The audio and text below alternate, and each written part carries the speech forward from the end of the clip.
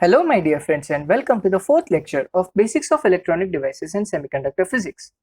In the previous lecture, we saw the concept of Fermi levels, which is the energy a new electron is most likely to attain in a system, and we saw how Fermi level shifts for n-type and p-type doping.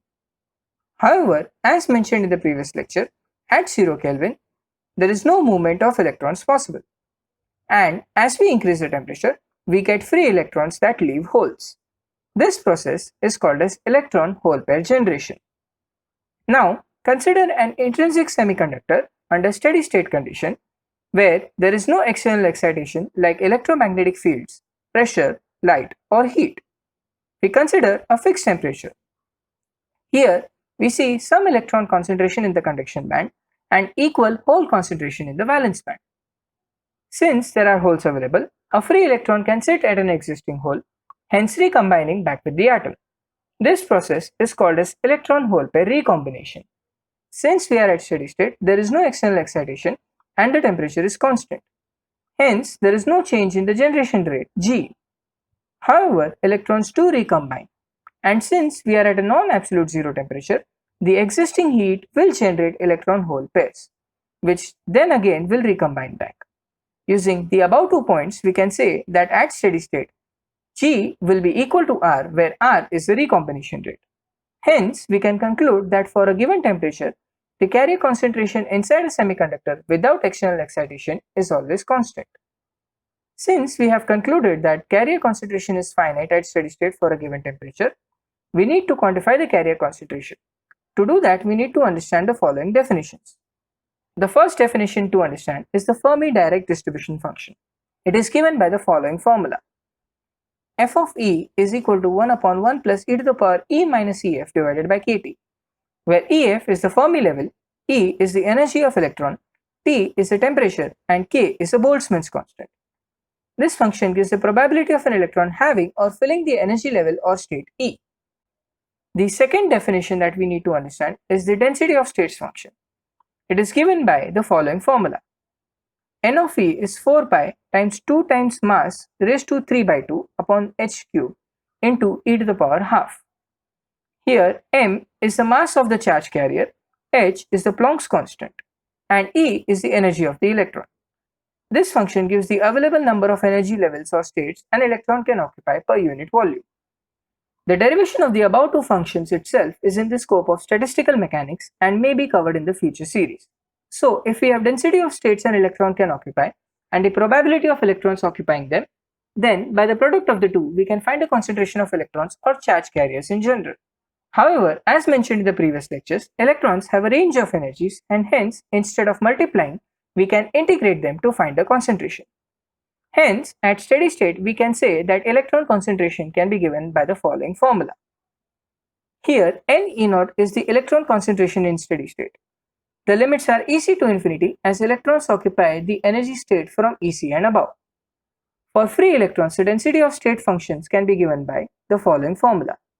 The above formula is only applicable for E greater than EC as free electrons occupy minimum state of EC. Hence, n E0 becomes the following formula after we substitute the value of density of state function and Fermi direct distribution function. In order to simplify this, we apply an approximation called as Boltzmann's approximation, which states that E minus EF should be greater than or equal to 3 times kT. This makes e to the power E minus EF divided by kT very much larger than 1. Hence, the Fermi direct distribution function can be approximated simply as e to the power minus of E minus EF divided by kT. As a result, n E0 becomes the following equation. Please note from this point on, it is mere mathematical simplification. If you do not understand any step, please pause the video and re-watch the step again. If you still don't understand it, you can write the step down in your notebook and try to understand it again. And if you still don't understand it, you can leave your doubt in the comments below. To simplify this further, we can put the following assumption. E minus EC divided by kT is equal to a variable y, which means E minus EC is equals to kT times y, and differential dE changes as dE is equals to kT times dy. Also, the limits of integral can change as E approaches EC, y will become 0, and if E approaches infinity, y will also approach infinity. Further, changing the exponent with respect to the above assumption, we can have the following simplification. Opening the exponent, we get the further simplification. When we put this simplification in the equation of n E naught, we get the following. Taking kt common and constant out of the integral, we get the following simplification. The integral 0 to infinity y to the power half into e to the power minus dy is actually a gamma function whose solution is given by root pi by 2. Putting this solution in n E naught equation and simplifying this further, we get the following. Substituting all constants as a new variable n suffix c, we get the following. Here, Nc is called as effective density of energy states of conduction band. As a result, we can say that n E naught is equal to Nc times e to the power minus of Ec minus Ef divided by Kt. Similarly, hole concentration at steady state can be given by the following integral. Here, NH0 is the hole concentration in steady state. The limits are negative infinity to EV as holes occupy energy state from EV and below. Since the Fermi direct distribution function gives the probability of electrons occupying a state, if we subtract it from 1, we can get the probability of holes not occupied by electrons, hence giving the probability of finding holes. Hence, the Fermi direct distribution function for holes can be given as 1 minus Fermi direct distribution function for the electrons, which means the following formula. On simplifying this, we can get, for holes, the density of state function can be given as the following. It is given by 4 pi times 2 times mass of a hole raised to 3 by 2 upon h cube into EV minus E to the whole power of half. This formula is applicable for EV greater than E as holes occupy maximum energy state of EV. Putting the density of state function for holes and the Fermi direct distribution function for hole in the formula of NH0, we get the following equation.